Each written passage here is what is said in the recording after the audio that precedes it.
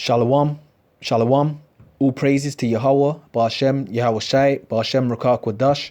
Double honors to the apostles and the elders of Great Millstone. And Shalom to the Akim that are teaching this word. Shalom Yahweh, Ba'ashem Yahweh Shai, Ba'ashem Rakah Kodash. Now as you see here, it's pretty much like a rare deer. Now I want to read this article. It's a white stag deer, which symbolizes, pretty much a lot of different things, which I'm going to read a little. I've got something to read upon about it, but this was a deer that was basically police shot a deer, a white stag deer, which is very rare in Liverpool. It was running around in a town in Liverpool. Now I'm going to read some of this, but these things, this is obviously, more than likely an Illuministic setup, but it's spiritual. The Illuminati probably let this thing loose to, and then they euthanized it, which they killed the white stag. But this is a very rare deer. Why would it just be running freely in a town in Liverpool? Where did it come from? So there's we know that the Illuminati work with symbolisms and things of that nature, and so does the Most High. Where do you think they get these symbolisms and things from? The Lord, man. So these are signs, all right? But when I saw this, I'm going to read this here, and then I'm going to read some scriptures, but because I'm going to read this first. So it said, police defend shooting of rare white stag on street in Bootle. All right. It says Merseyside force says officers gutted to kill animal after attempts to tranquilize it had failed.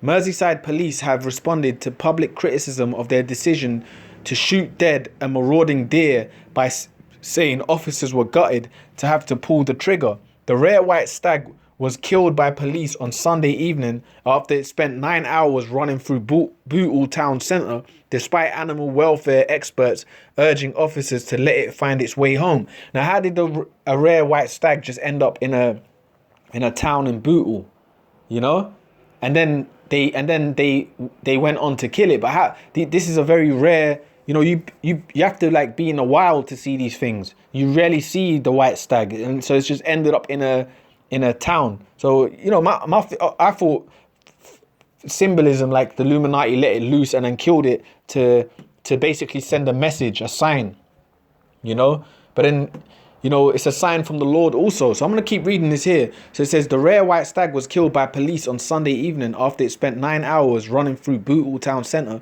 despite animal welfare experts urging officers to let it find its way home. The RSPCA said it had advised police to leave the deer as it would make its own way back home eventually. Merseyside police said an officer killed the deer to protect motorists, cyclists and pedestrians, and only after several attempts to tranquilize the animal.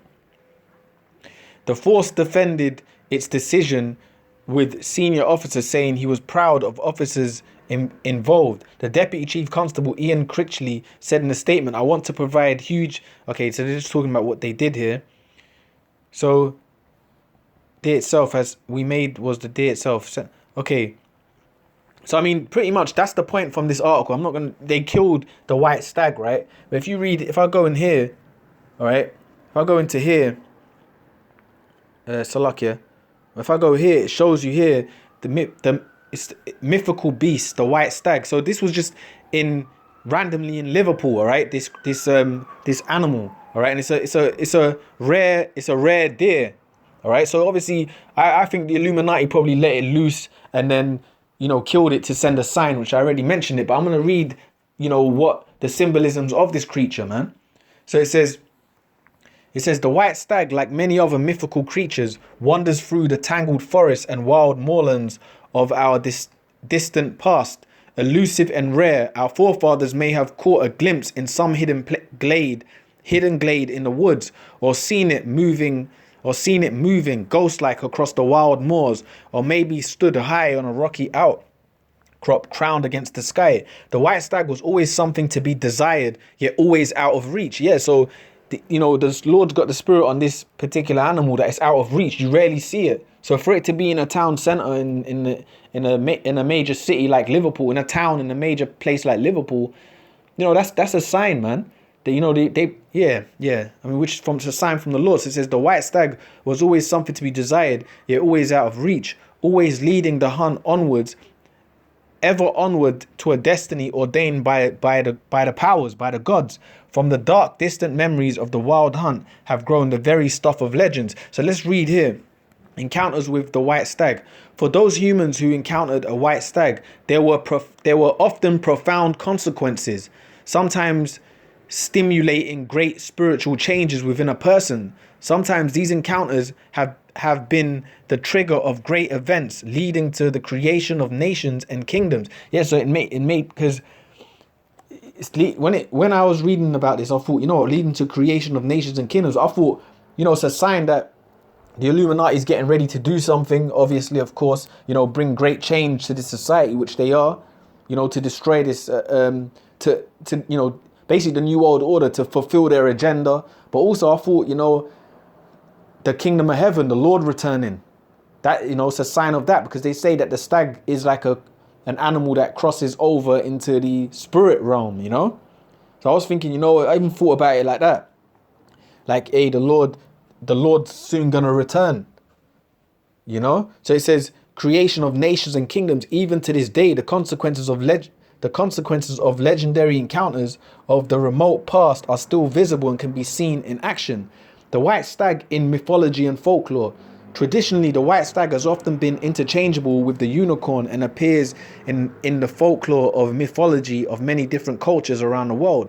In ancient times, deer were hunted for food, but they also supplied leather, bone, and gut, which had many uses and were an important resource in hunter-gatherer and early agricultural societies. So when a rare white stag was chanced upon, maybe it is no surprise that legends and myths grew up around the sightings of this unusual, mysterious beast.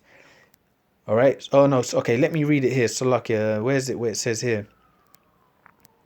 Okay,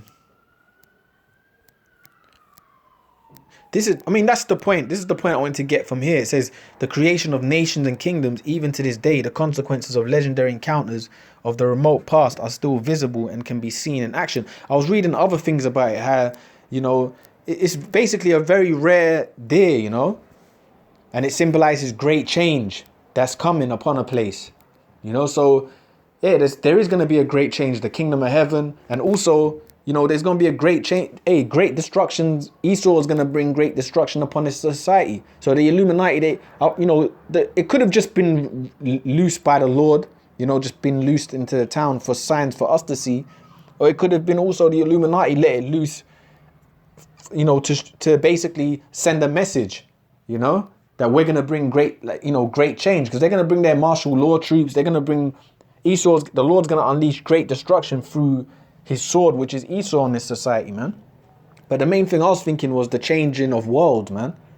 All right, because it's a highly, they say it's like a highly spiritual animal, pretty much, man. You rarely see this thing. You rarely see this animal, So for it to just be let loose in a town, I found that, it sparked something in my brain. So I'm gonna read this here, Daniel 2:44. It says, in the days of these kings shall the Lord of heaven set up a kingdom which shall never be destroyed, and the kingdom shall not be left to other people, but it shall break in pieces and consume all these kingdoms, and it shall stand forever. And that's the days we're living in today. All right, the great change that's coming is gonna come through Yahweh Shai. That's the days we're in today. We're in the basically the feet of the statue that Daniel had the vision of. The parts of clay and the miry clay, where basically we're at the twilight of this Roman Empire, man, which is part of it is strong, part of it is weak, which is talking about the different nations combined within this system. Some parts of Europe have better economies than other parts of Europe, but ultimately we're at the feet of the kingdom, the feet of the statue that Daniel saw, which is this Roman, which is America. Babylon the Great, pretty much America, this EU, NATO, but the Lord's going to destroy it. Now we're at the time where the Lord's about to smash it, man. All right, which is the stone, all right? And in the days of these kings shall the God of heaven set up a kingdom which shall never be destroyed. And the kingdom shall not be left to other people, but it shall break in pieces and consume all these kingdoms, and it shall stand forever. That's the kingdom of our Lord. Because the next kingdom to come, the next world that's going to come on the earth, the next setup, the next structure, the next power structure on the planet is going to be the kingdom of the Israelites, beginning with Yahweh Shai, all right? Which the Israelites are so-called Negroes, Latinos, Native Americans, all right? The kingdom of Israel is going to be the next to rule on the planet, you know? So it's basically, I just found that spiritual, you know, that they basically showed the stag, man, because it says it symbolizes things from the outer world, all right? And, you know, there's a lot of stuff that it symbolizes change, great change that's coming, all right? 2nd Ezra 6 and 7. 2nd Ezra 6 and 7, it says, Then answered I and said, What shall be the parting asunder of the times, or when shall be the end of the first and the beginning of it that followeth? And he said unto me, from Abraham unto Isaac, when Jacob and Esau were born of him, Jacob's hand held first the heel of Esau.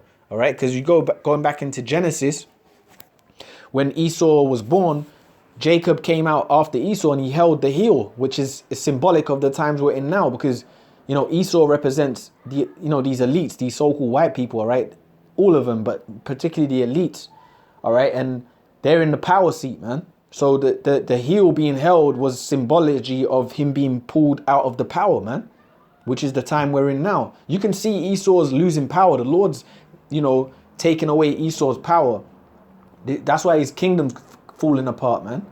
See, that's why these elites, they're pushing for their new world order so hard, man. They want to, they want to yab everyone, MOTB everyone, because they have an agenda. But you can see the Lord's pulling his kingdom apart. If you can see it when you have the spiritual eyes, when you have the eyes of the spirit of the truth upon you, you can see this kingdom's being pulled apart, man. So when it says, and he said unto me, from Abraham unto Isaac, when Jacob and Esau were born of him, Jacob's hand held first the heel of Esau, all right, which is the symbolic of being pulled down, all right. For Esau is the end of the world. For Esau is the end of the world, and Jacob is the beginning of it that followeth. Yeah, Esau is the end of this realm. He's the end of this society that we're in now, all right. And Jacob is the beginning of the next world, all right. Which Jacob is the so-called Negro, Latino, Native American. We're the ones that's going to rule the planet next. All right. So this is, let me get this here and then I'll end it on this here. 1 Corinthians 2 and 9.